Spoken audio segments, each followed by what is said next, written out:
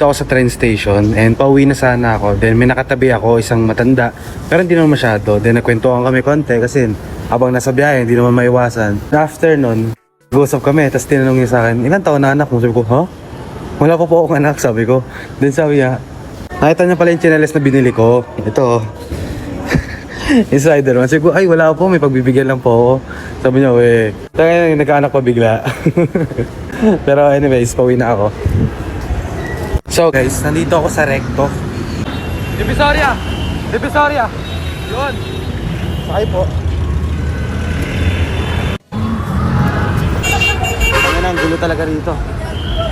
Pasabi kong Divisoria na. Pasabi kong Divisoria na. Ah, Divisoria yan. Pwede na ako dito? Magkano? Thank you. Saan ang gulo? Stop.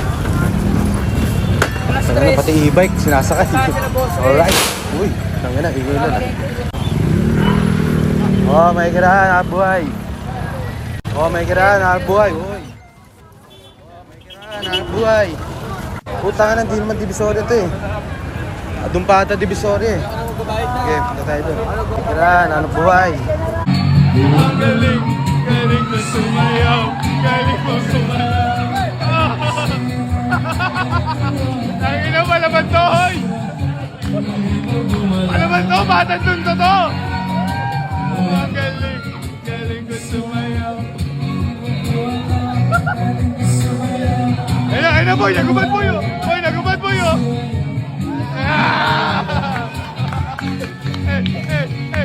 Galing, galing ko sumayaw.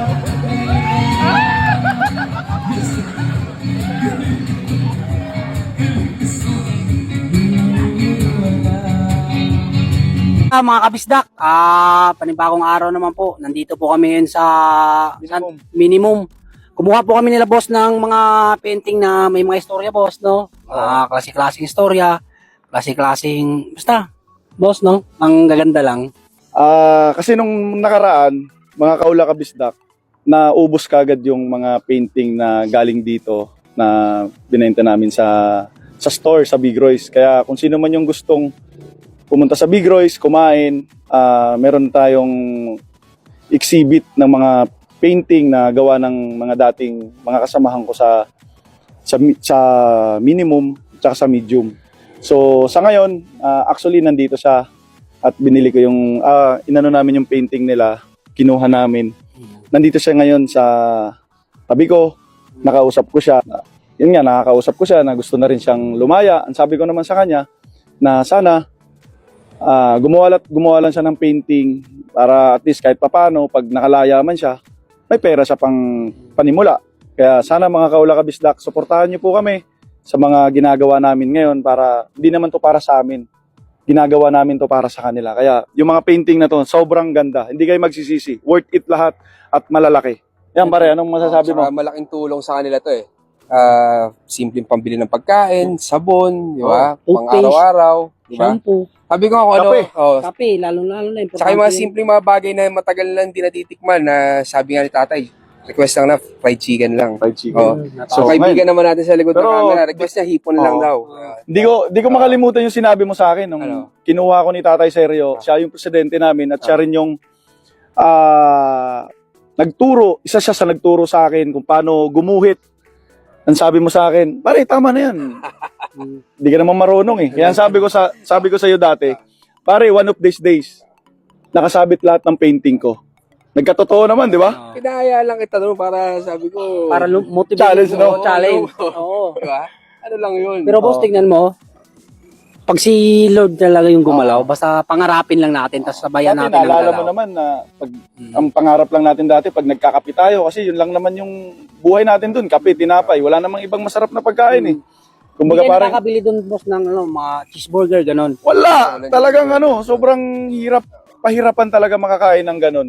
So ngayon, kami nila Jordan, pagkatapos ng klase niya sa loob, ako nasa painting, pupunta siya sa akin na, tara pare, kape tayo. So yun.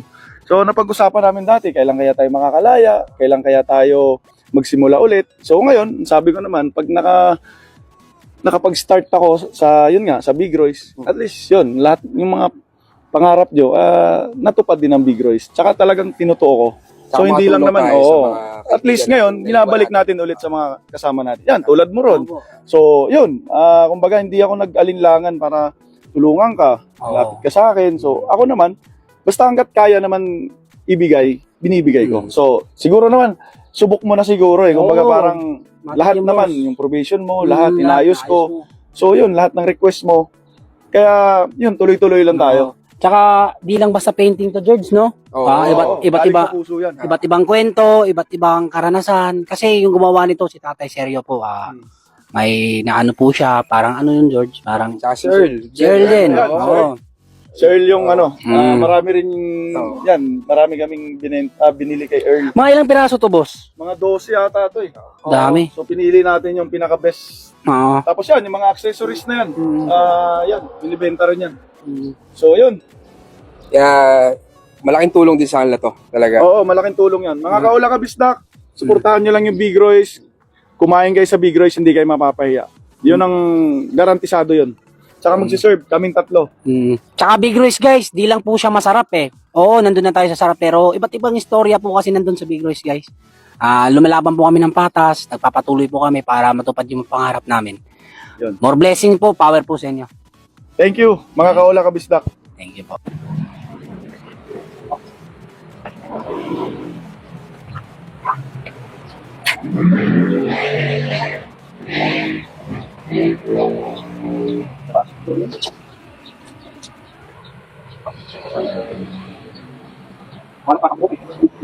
If you're not subscribed to Team Payaman, why not?